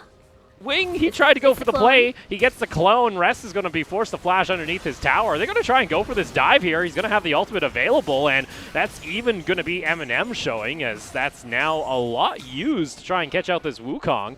3Z is nearby, might be looking to finish off the play. Rest, though, is going to have his cooldown, so he should be able to get back to safety relatively easy. Is going to get rooted up, but again, the clone able to soak up the hook. That's a lot used by HKA. They do have at least the Rift Herald in top lane to try and answer, as the Dragon was still taken by J-Team down on the bot side of the map. Unfortunately, with these turret plates, the resistances of the turret make it rather difficult to take it down if you let Shelly only take a couple plates. And there you go, J-Team able to respond. Yeah, they're able to defend that one, and as well as HKA not able to get a kill for an extra reward. So Lil V, again, has been left alone all this time, but with Eminem, still, in terms of CS, they're really quite relatively even. So that's what's good for the side of Eminem, considering that Lil V can be a huge monster when it comes to the farming game on the AD carry position. But now, J-Team and HKA, they're very, very even in terms of their movements. As Kyorb and Hana are going to just soak up the wave in top lane, but still, Jimian finally gets his first blue buff of the game. Rather nice to have finally on that Corki. And it's kind of just a waiting game here. I feel like for Hong Kong Attitude in particular, you're going to wait for that next package to be available for the Corki, and then maybe you try and fight around one of these objectives, as it's still going to be about 3.5 minutes until we get our next Cloud Drake, and probably about the same when it comes to the Rift Herald. Very true. And considering that, you know, Jimian is forced to get that Hex Drinker for a more of a defensive approach against this lane for the LeBlanc, the growth of like getting the Trinity Force spike is kind of halted a little bit coming from Jimian. I think if you're right now on the side of J-Team, you'd love to go for a fight, especially, like you mentioned, that Hex Drinker having to be rushed immediately allows Kyorb, who's already gotten the Luden's Echo, to maybe try and go for a play. There's lots of pings coming out here from the side of J-Team, looking to just clear out the vision laid down by Hong Kong Attitude and get ourselves back into a little bit of that just farm game in mid lane, as now the bot lanes have rotated to other sides of the map. Yeah, it's very reminiscent of what we've been seeing in the first few weeks of the PCS. And during the second half, though, of the regular season, a lot of the teams have evolved into a more fight early and then go from there. And with J-Team and HKA right now, they're practically in their comfort zone. And HKA earlier had to definitely adjust with Liab's early triple teleport, but now with HKA, they can sort of rest easy, as they're also fighting against J-Team, who likes to play a little bit reserved here and there. J-Team, though, looking maybe set up here in mid lane, as Hana is sneaking on by, maybe seeing if anybody from the side of HKA will come on over just to clear out the wave, but still not finding anything. Does not have his Predator up, but he will have it in quite a short sec. Kyorb maybe looking for a flank, but again, J-Team not able to find anything, not even able to get a lot of vision down, as HK still has their control boards into the jungle of J-Team. Yeah, there has been a balance of both defensive and offensive wards from HKA. So if you have information, you definitely know what to do and what to avoid. And both these teams have been laying down a couple of vision, especially at top side because of Rift Herald. Now HKA is starting this. Rest does have teleport. Now Rest is going to get first tower of the game, as HK were never able to knock down that tower up in top lane. And like you mentioned, teleport is available, and there it is, going to be the flank. Predator already popped here, and they are just running directly on top of this Wukong, as Rest is going to be able to find the knock-up only on to the Nautilus here. Going to use it once again, going into the back line, gets himself the knock-up onto the Misfortune to interrupt the bullet time. The Tark, though, will fall here as HK will look to try and turn back the fight. 3Z on top of Rest. Rest trying to jump back on in, has the Conqueror, but not able to heal up enough damage. That's going to be a double kill for the Corki. HKA feeling the momentum. Rift Herald, though, had to restart, and therefore both of these teams will decide to concede. But at the end of the day, HKA has won that trade. It's a 1-for-2, I believe, in favor of HKA at the time. And with that said, that was a beautiful knock-up, though, coming from Rest. But it wasn't enough, as they're quite separated after all this time. Lil V was on the other side of the wall. He couldn't exactly influence the fight aside from the Q poke. But after that, you need those autos. And the Chain of Corruptions didn't hit. So HKA really got the best deal out of this one. Yeah, and unfortunately, he's not going lethality Varus, so the piercing arrow is pretty much all the damage he was able to do. Couldn't really add much else to the fight, as he is gone on hit. But when you're on the other side of the wall, not a whole lot you're able to accomplish. As J-Team, though, still feeling confident, are going to go ahead and take the third dragon of the game. Now looking at Cloud Soul. But once again, Jimian starts up the Rift Herald here for HK. There is vision there for J-Team. They know this is happening. We're going to come over. Let's see. Get ourselves another fight. Georb. Maybe looking for that flank opportunity. The eye will open back up in a quick sec, and there it is. Hana, though, wants to go in for the full engage, not able to find it, though, and ST doesn't have his ultimate to try and save this, and the cooldowns aren't really here, though, on the side of J-Team, Wow. as 3Z finds himself a massive knock-up. Isn't able to finish off any kills, though, and it's going to be a 1-for-1 jungle for top lane. And that was pretty interesting. I was a little bit worried for HK. Eminem didn't have mana at the time, but it wasn't really, especially bullet time was up and running. But it wasn't really needed because Hana basically sort of threw himself forward for HK to burst down. So he started with the flash, but the hook coming from Wing really disrupted Hana. But at the same time, 3Z disrupting the backline as well with that root in, so J-Team was practically distracted. And there we go, as in the end, HK, they are able to at least secure the Rift Herald once again. I'd like to see it put down somewhere, as it wasn't able to get the tower actually the first time around. And towers are still pretty even here, and HK are kind of just, again, in their comfort zone of waiting out for that late game where you're just going to have the consistent DPS coming out of the Corki as well as the Misfortune. And ST is taking photos and selfies in mid lane with his jewels, as all Tarics like to do. But yeah, definitely HKA has a really nice straight line to success in terms of their spikes. You do have that Triforce already from Jimian, so the fights coming from HKA will actually be pretty painful, especially coming from the big shots, the poke. So it's very versatile on what they want to do. And as well for J-Team, though, they're having a difficult time because they weren't able to actually get a lot of assassination kills from Kyorb on this LeBlanc. Good thing, though, his 004, he has his Ludens and Sword Boots, too, so he will definitely disrupt anyone. The problem is, 3Z has been doing a good job disrupting the backline. So for J-Team, finding that amazing setup with Rest for interrupting Eminem would be the sweet spot if they want to win the fight.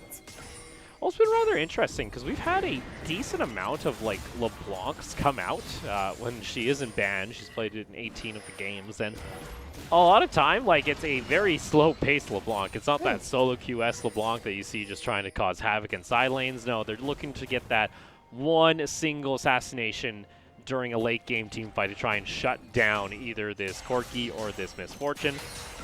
Instead, just tries to rack up some assists in the early game to help supplement some of the gold. Yeah, Yeah, I believe there are two teams in the PCS that really like to play the LeBlanc in a very aggressive way. It's definitely, Assassin coming from Alpha Esports, paired up with the jungler Cat Jug, and as well as Resurgence Raven, as well with alongside Epic. So the rest of the LeBlancs, as you mentioned, has been a little bit more reserved and just trying to burst someone down in the objective fights as much as they can and rely on the 80 carries to finish off the kill. When you look toward HKA, there's so much peel in this composition. You got a Maokai ultimate that can, disengage an entire team fight. You got a Nautilus as well that can just lay down a depth charge just to interrupt. There's a lot of tools here to keep both of these carries safe. I agree. Considering that the only slippery champion on the side of J Team would be definitely Cure and as well as Rest to some extent. And with that, aside from the peel that HK has, their engage is actually very, very strong as well. So the Wombo combos can be utilized. 3Z with the bullet time, the Maokai ult with the bullet time. So that will indeed be the plan in mind.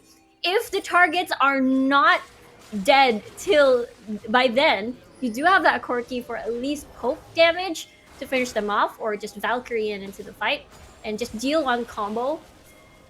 The QE auto R, quite painful at the moment for sure.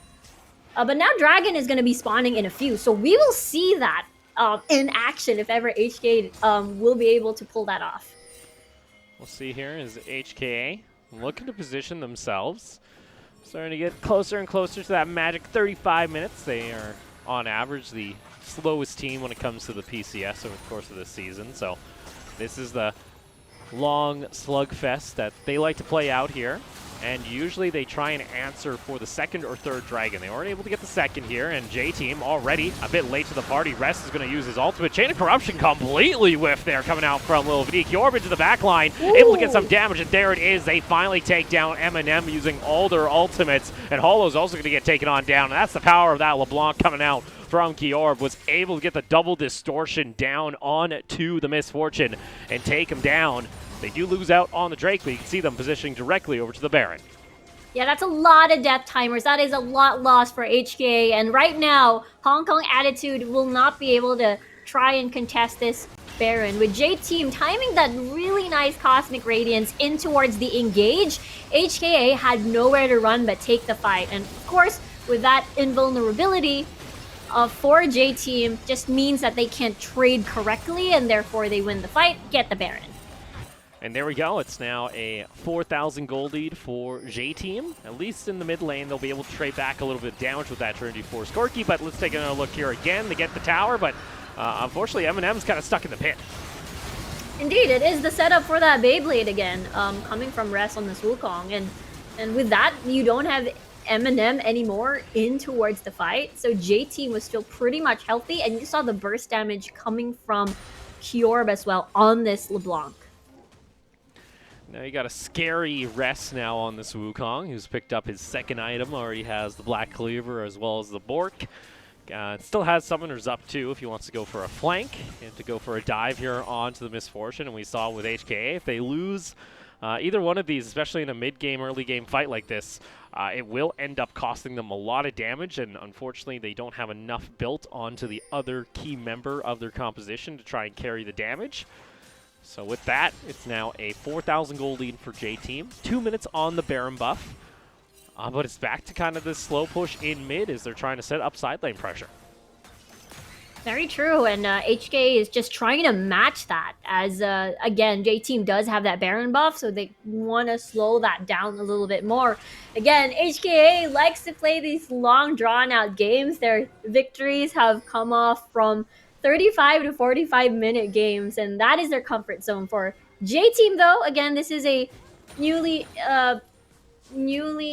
assembled roster at the end of the season with Nesty back at the support, Kyorb now in mid. Hana looking for an engage here, as Kyorb will just have the time of his life pushing this bottom lane. Yeah, Kyorb is just getting free push out here, and that's going to be a quick chunk of gold onto the LeBlanc. Actually has finished off the Morello's second item, as Lil V's is going to push in the mid lane, and they're getting a lot of freestanding gold off the Rift, and J-Team's starting to grow this gold lead. Yeah, there's not a lot of decent wave clear, if you will. Like, you do have, Jimmy's Q at least, and as well as sometimes the bullet time is utilized, but you do want to keep that intact just in case J-Team decides to pull the trigger. And yep, Kior right now in a very comfy spot. You got Morelos and as well as that Luden. So right now, HKA is very wary of the all-ins from Kior with the air quote poke coming from this LeBlanc. Yeah, it's kind of just stalling out this game here until this Corki can come online. They do at least get the second crit item completed there for Eminem as he picks up his Infinity Edge along with the Essence Reaver. So this Misfortune bullet time is going to start doing a decent chunk of damage, critting on average every second wave. C3Z, though, is going to just try and, keep rest off that jungle camp. Says, let that be. I want to give that on over to my Trundle. And that is going to be the Baron buff timing out here. So J-Team not able to crack open the base or anything. Just a little bit of damage here and there, and a couple towers will net them about a 2,500 gold advantage off that Baron buff. Indeed, and because of how they've managed to secure and push the waves carefully, they've also taken over the HKA jungle in the form of a lot of vision control. And with that, HKA will indeed have trouble trying to farm out the camps, and as well as the wave, as it's quite difficult to extend a little bit as they have no vision, and they could put themselves at risk from a burst from Kjorb. And with that, it's also going to allow J-Team to pretty much get inside track onto the Baron pit. You see maybe HKA want to try and get a mid lane push out, but J-Team already setting up for a possible play here as Ward's going to come on down, and that maybe scares off Hong Kong Attitude as they're going to back off here, but Cloud Drake now going to spawn in 10 seconds. J-Team still with the vision control. And HKA needs to push this wave as they're going to make their way down here at the Dragon. Saplings will be thrown here and there to add a little bit more additional vision and pressure. So J-Team will position themselves at the lower half of this Dragon with Rest looking for a flank here. HKA very careful. Has package available on that Corki if he wants to try and dive in onto the fight. That's going to be Maokai ultimate, and Hana actually using his ultimate. Jimian ends up using the package, but guess what? HKA were able to steal away the Drake, and that's going to be the Wukong getting shut down immediately. In comes Kior, but he's way too late, and it's going to be a massive steal coming out from 3Z to actually prevent the Cloud Soul going over to J-Team. Beautifully done. That was the time for J-Team to get that dragon, secure that dragon soul for them, so as to not wait any longer.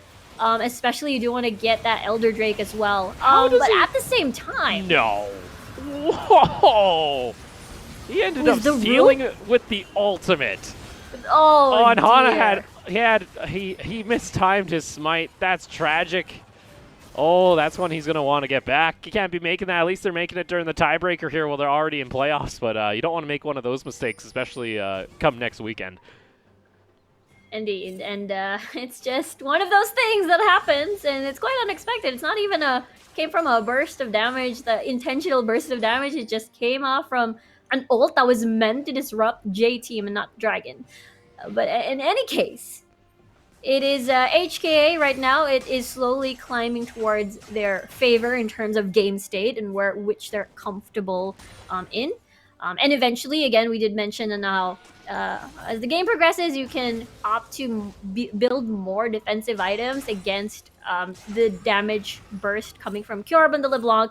Therefore, it will be a little bit difficult to sort of get a lot of value as the time progresses on this LeBlanc pick. So you will be heavily reliant on Lil V here on this Varus to get the autos in the team fights. Yeah, she will have a decent spike once she finishes off the Rabadons, but like kind of after that, it's going to be, it starts to fall off a little bit. It is still up to HKA to at least try and keep Eminem and Jimin safe from the LeBlanc, as they have been able to stall out the bleeding here, as J-Team haven't been able to get much else after that Baron. And speaking of Baron, it is alive, so we do see J-Team go ahead and place down the vision on toward the top side of the map.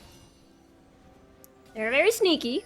They like to play around the bait fights, especially around Baron. HK, though, again, is a team that can take this a little bit slow. And considering there's actually vision there for HK around the Baron buffs, Ooh. that's pretty good.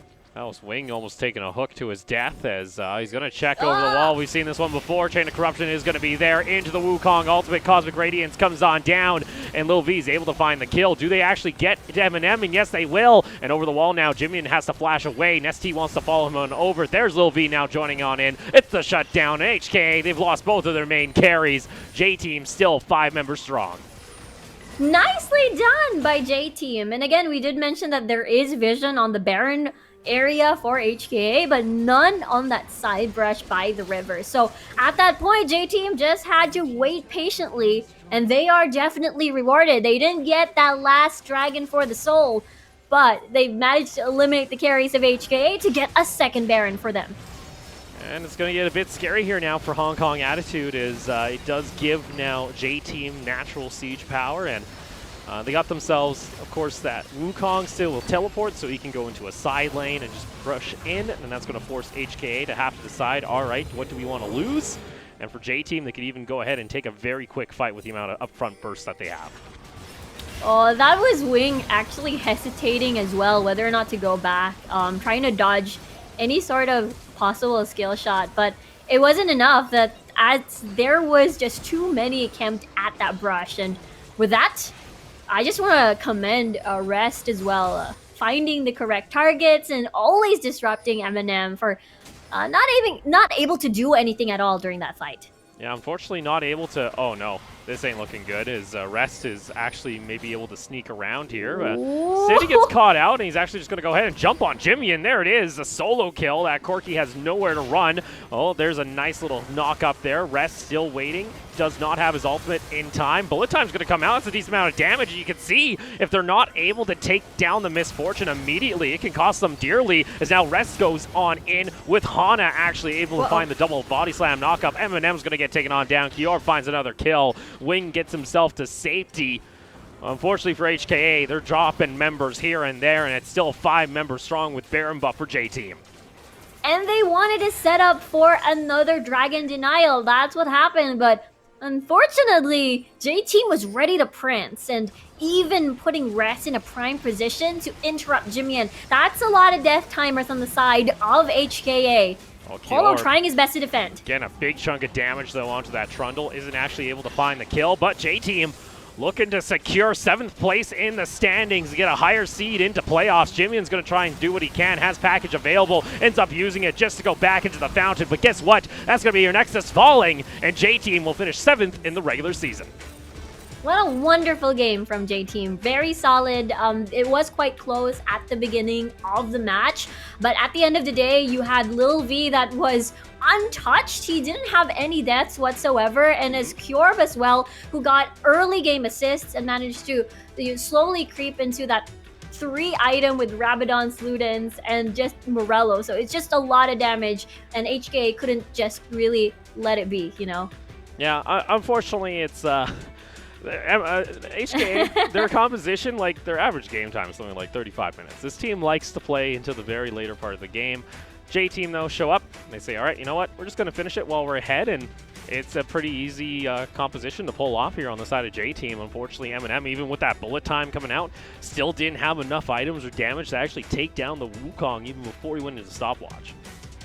And I really think the Taric ult, rather the Taric pickup, just really denied some sort of the burst damage coming from the side of HKA, and you know Eminem is holding on to that bullet time instead of releasing it immediately at the most perfect moment. The Cosmic Radiance will just really stop you from just disengaging first. But you know what? Just a lot of dive and a lot of engage and damage coming from J-Team, so HKA had no escape.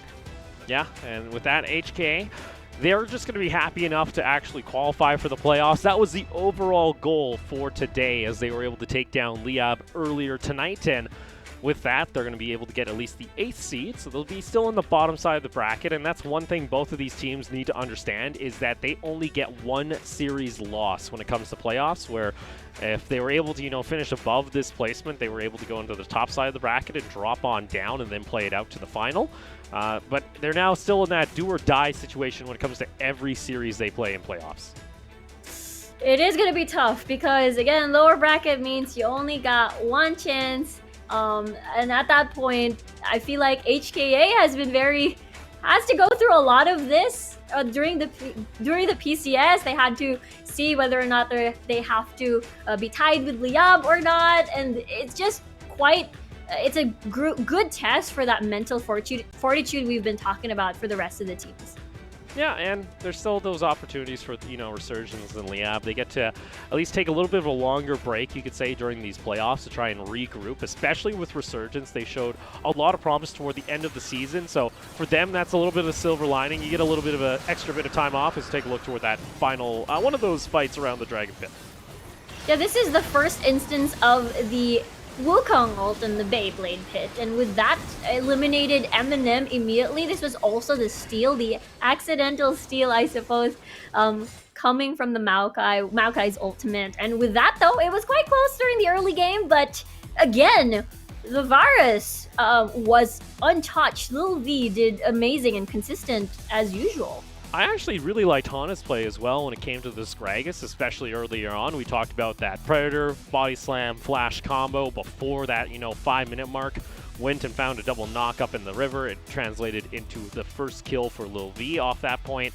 And unfortunately, the Corki and Misfortune, though, Jimian was able to stay safe. We never really saw the team try and play around that package when it was available for some of these objective fights. He actually used it very defensively for positioning, so they just weren't able to, I guess, get full value out of the pick as they were waiting for him to scale up on items. And the Wukong in the PCS is absolutely deadly. I still think it is sitting close to 100% win rate. It has only one loss here so far, but it has been accelerating when it comes to pickups here, as Rest will be getting the MVP on the champion.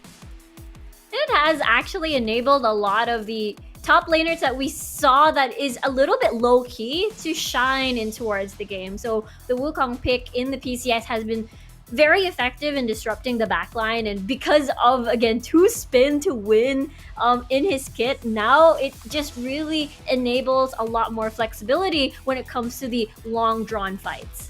Yeah, you get that bit of a quick Beyblade. It's him activating his the power within as he gets himself Let that her second rip. knockup. Oh boy, now we just need the Garen composition to come on there with the Draven with That the would be spinning lovely. axes. You got everything possibly, but back on topic here, it is J-Team that are going to get 7th place when it comes to the playoff bracket, and HKA are going to be falling down to 8th, still in the playoffs though. That was the overall goal of today. Not going to be missing out, as there was a timeline that one of these teams were not going to be making it into playoffs, and it is still scary to say that, especially when you take a look and say which teams are almost falling out of playoffs. These were both 2 organizations that represented the region when it came to the World Championship last year. J-Team being the #1 seed, they were still fighting for that slight little playoff berth, and they got strength of schedule in their favor as they were able to take down Talon twice during the regular season, where, HKA,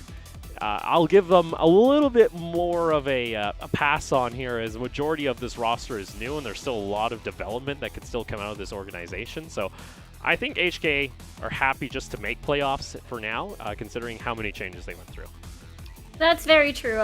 You did mention an HKA still, like, the new additions to the roster have either started their careers just last year or have moved from starter to, from the sub to starter position. So yes, it's really amazing to see how much they've improved from the beginning of the PCS up until now. And again, you mentioned how these organizations have represented the region and also consistently have managed to land top 3 finishes in the LMS, and now seeing them almost drop towards not making playoffs is really interesting, considering this is the first run of the Pacific Championship Series. Yeah, and with that, we get to take a look at our final standings when it comes to the spring split as far as the regular season goes. Machi are going to be sitting at the top with 15 wins after going on a 12-game win streak in their second round robin. AHQ will be in behind them. Talon coming in 3rd. Virjaya going to be 4th, and then we got Alpha rounding out top 5. And a lot of the LSG fans will be happy to see that, we've got 6th place here for Nova Esports, the Thai fans as well. And meanwhile, we just witnessed, J-Team and HKA make it to the playoffs. Well, and now we get to take a look toward our playoff bracket. And we're going to start things off with 2 best-of-3s next Friday. First one being between Berjaya and Alpha. Then we go over to Talon taking on Nova. And then Saturday, it's going to be our first best-of-5. The winner of the first Friday matchup will go up against Machi.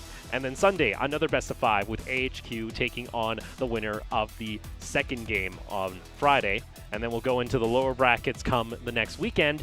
And we won't see that winner's bracket again until the next Saturday. This is a very spicy bracket, actually. This is such a nice turnout. I mean, Nova having to face Talon, that is definitely a challenge, but Talon again has shown a couple of windows of weaknesses that Nova can take advantage of. So with Nova being the only team coming from the former LST region, I bet the Resurgence fans and the Liab fans will definitely pour their heart out for Nova, and of course as well as Berjaya Dragons coming from the Malaysian organization as well. Personally, though, what I love about this bracket is we get to see possibly multiple series of like AHQ taking on Talon, or Machi taking on Talon, or AHQ taking on Machi. We get to possibly see, 2 instances of best-of-5s out of these rosters as they could meet up once again down in the finals. And I think we're going to have some scrappy bouts, especially coming into that lower bracket, depending on who falls out of that first round in the upper side, whether that be, Talon, Nova, or Alpha, Berjaya. I think those will be some really good series with J-Team and HK. Very true. And again, yeah, you're right. A lot of exciting things coming everyone's way for next week. And it has been a wild regular season. Imagine that double round robin with a couple of plot twists here and there. And we're finally here at the playoffs. It's been quite an incredible run. Yeah, and with that, you guys can always be sure to follow the PCS, whether it's on YouTube, on Twitch, wherever you guys have been watching over the course of the regular season, as well as check out the Facebook page, LOL Pacific, as well as our Twitters below if you guys want to keep up to date with the PCS as far as news, as well as the memes. Trust me, there's plenty of memes also on the side there that I can't get to share on the show, but you guys will be able to share it on your own personal social media. But we've seen ourselves a lot of ups and downs when it comes to the regular season here in spring at the PCS, and so far it's been a very competitive split, and that's why I'm very excited when we start heading toward our playoffs, considering our cutoff was, 7 wins? That's pretty high when it comes to the playoffs, and the fact that we're still playing tiebreakers today, I think it shows a lot of promise when it comes to the competitiveness of the region. But for now, from myself and Riku and the rest of the production team, thank you for joining us during the regular season. We start playoffs next Friday, so be sure to tune on in.